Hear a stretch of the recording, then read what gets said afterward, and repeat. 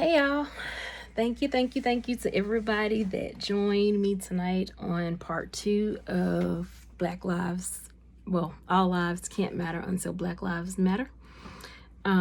We actually went back in and I kind of made a promise after seeing the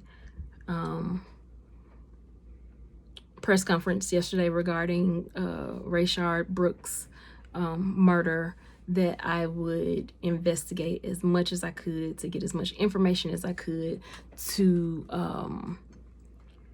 come back and retract or recant any statements that I needed to retract or recant. But after further digging, I can't say that I would recant or retract anything.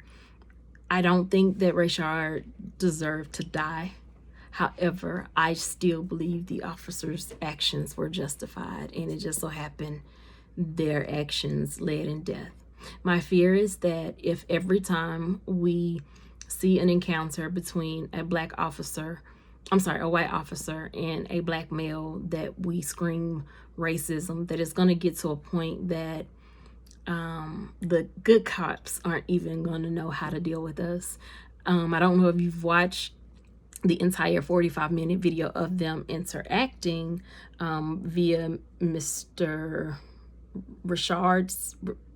Ross's body cam, but their interaction was absolutely pleasant. Both officers, even the officer that he called on the scene for a DUI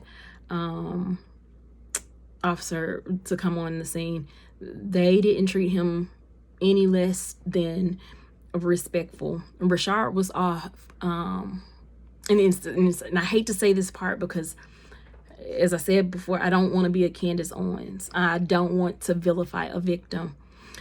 But I wondered why the struggle. I knew that based on what the chief in Georgia said, who was a black man, that when you put cuffs on somebody, you're going to get one of three responses: fight, flight, or comply. And he chose to fight. But I wanted to know why. I was like, was it PTSD from seeing what happened with Mr. Floyd? Was it what caused it? And what I learned was Rayshard was out on parole. He got released on early parole because of COVID. So he had been given a break. He didn't want to go back to jail. He didn't want to back up that time. Some may still say, well, they still didn't have to kill him. They could have shot, to wound him. Anybody that's been trained to shoot know that you shoot center mass.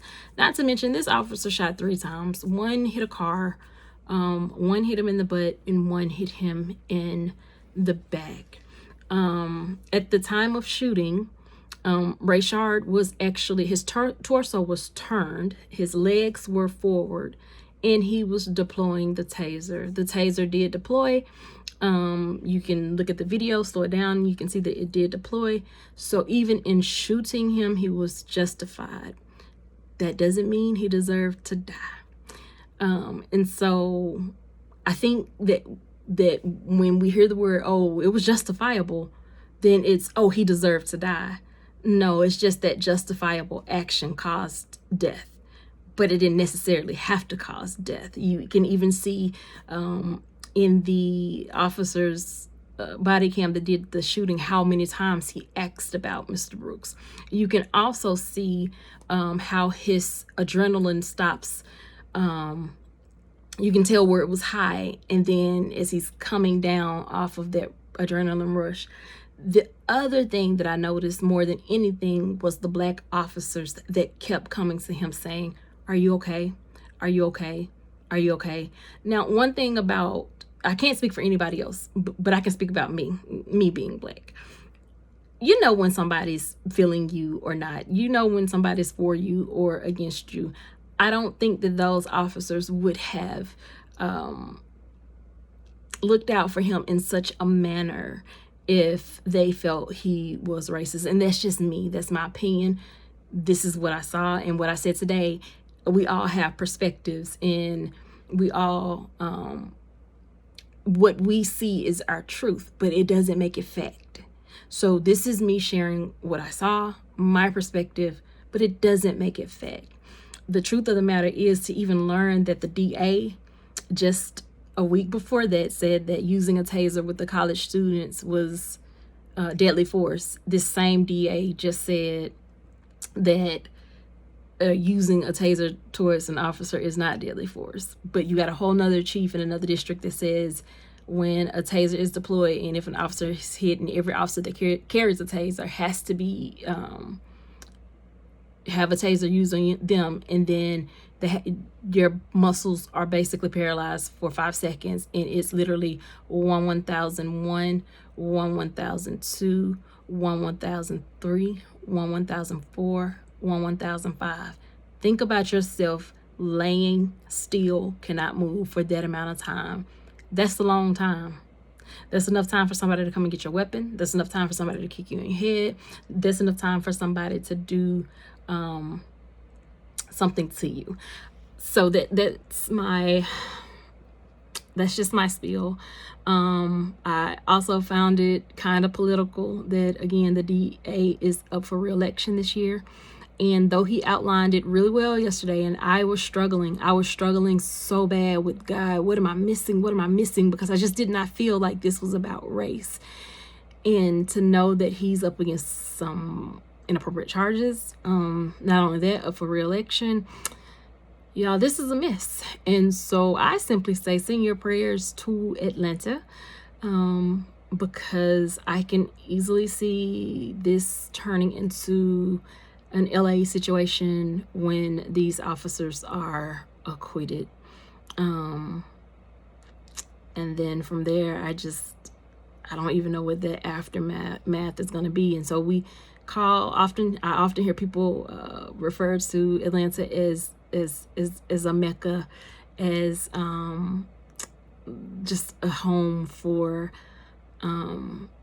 African Americans or Black Americans to reside. So I pray that the leaders, those with strong voices and great influences, get to speaking up now. Start explaining the law, break down what happened, talk about it. It's necessary. Talk about it, and don't let anybody race bait. The one thing that I did see on CNN is when they were interviewing the Black cop from another part of Georgia, police chief, who basically said they were justified in their actions. She asked him, do you think if he was white, they would have shot? And it was like, what? Like, what type of question is that? Like, how the hell? That didn't make sense. So, yeah, let's be mindful that we have an agenda. Let's be mindful that we want to move forward, and let's make sure that we don't get distracted by the net that the media can cast, and that we stay focused. Again, I wish Mr. Brooks was still here. And I don't think that those officers should be in jail. So this is Iseashia. I thank you for listening to me. I thank you for joining me. Yeah, sending lots of peace, joy, love, blessings your way. Have a good night.